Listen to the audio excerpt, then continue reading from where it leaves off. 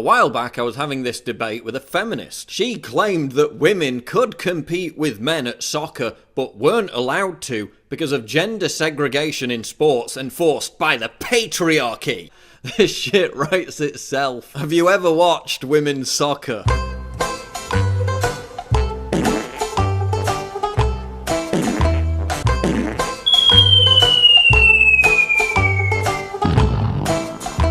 Yeah, not noted for its high quality. Look what happened when the professional, international Australian women's soccer team played a team of 15-year-old boys. The 15-year-old boys team won 7-0. They called this a shock result. It wasn't a shock result. Even at 15, the boys were physically superior to a highly trained team of adult female professionals. Yet feminist blogs like this one claim that cultural biases are to blame for men outperforming women, and that sex segregation in sports needs to be abolished. For me, it's patronising that women are treated differently, as if the only way a man can be competed against is by making things easier for women. Men being better at sports has nothing whatsoever to do with culture, society, or the patriarchy. Men are physiologically stronger than women, which is why they are significantly better at the vast majority of sports. It's basic frigging science. Oh no! Biological males have more testosterone, which makes them more competitive. Men have naturally higher levels of anabolic steroids, which helps them recover stamina quicker. Men have higher hemoglobin counts in their blood, which helps circulate oxygen better around the body. Men have greater muscle mass. They have thicker tendons. They have more bone density. That's why they can punch harder, kick a ball further, throw longer, run faster, and swing a racket with more power. In the few endurance sports that women are better than men, like long distance swimming, it's women's physiological differences that give them the edge. Women are better at endurance swimming because they have more body fat than men and are more buoyant. So again, even when you flip it round, it's physical. It has nothing to do with culture, society, or the patriarchy. Men are naturally better at sports. Deal with it. But there's such rampant misandry that feminists still refuse to accept this manifestly provable objective fact. They want mixed sports teams, which would just make everything shitter and less entertaining.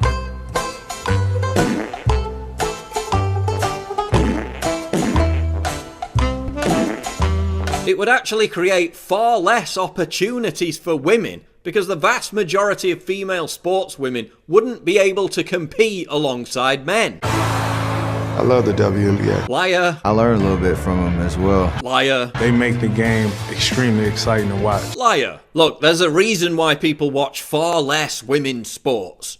And it ain't the patriarchy. Pick up game. McCautry. She gave it a try.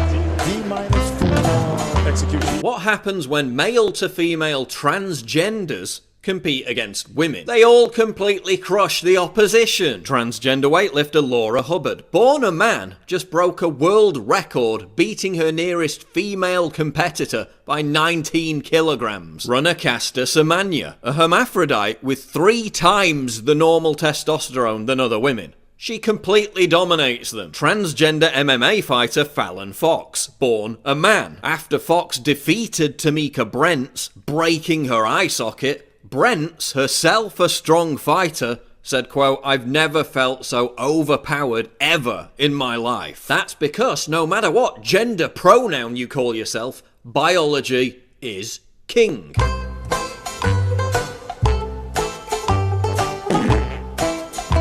Serena Williams won a Grand Slam while she was pregnant, so every man should probably shut up about everything forever. Yeah, millions of men won a world war while under constant threat of death. She played tennis. Look, women are better at some things, and men are better at other things. And that's okay. Most of the things that women are better at than men are more important than sports anyway. Child rearing, empathizing. Women live longer. They're more likely to get a college degree. But men are better at committing suicide, being homeless, dying in the workplace, dying in wars, being killed by car wrecks, and being constantly lectured by the dominant culture about how worthless and pathetic we are. wrong. Yeah, we've got it so great. Gee, thanks, patriarchy. This anti-science, social justice agenda to force contrived equality down everyone's throats, even at the expense of empirical reality, is ludicrous. They have to hide the fact that men and women excel at different things to maintain the illusion that there aren't fundamental biological differences between the sexes. There are. They even cut a segment from a Netflix version of Bill Nye's 1996 show which explained how chromosomes determine one's gender. See, inside each of our cells are these things called chromosomes, and they control whether we become a boy or a girl. Now, gender is anything you want it to be, on a whim, on a day-to-day basis. Take sex. We used to think it was pretty straightforward. X and a Y chromosome for males, 2 X's for females. But we see more combinations than that in real life. And he still calls himself the science guy. Let that sink in. The abandonment of proven science in favour of social justice gender hysteria is having real-world consequences. In places like New York, women who fail fitness tests are being allowed to become firefighters anyway, because they lowered the standards, literally putting people's lives at risk for some token gesture of political correctness. Look, generally speaking, men suck at some things, women suck at others. We compensate for each other's deficiencies. Listen, I know these are thought crimes, but I'm going to say them anyway. Men and women are biologically different. There are only 2 genders, and female soccer is terrible.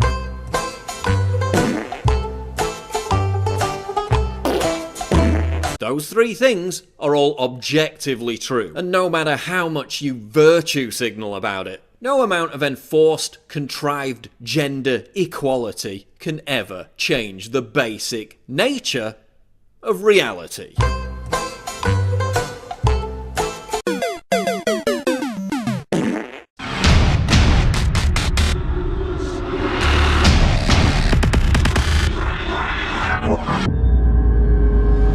What could be more triggering to libtards than my face and this slogan? Get your new premium quality "Conservatism is the new counterculture" t-shirt right now at InfoWarsStore.com and let the butthurt commence.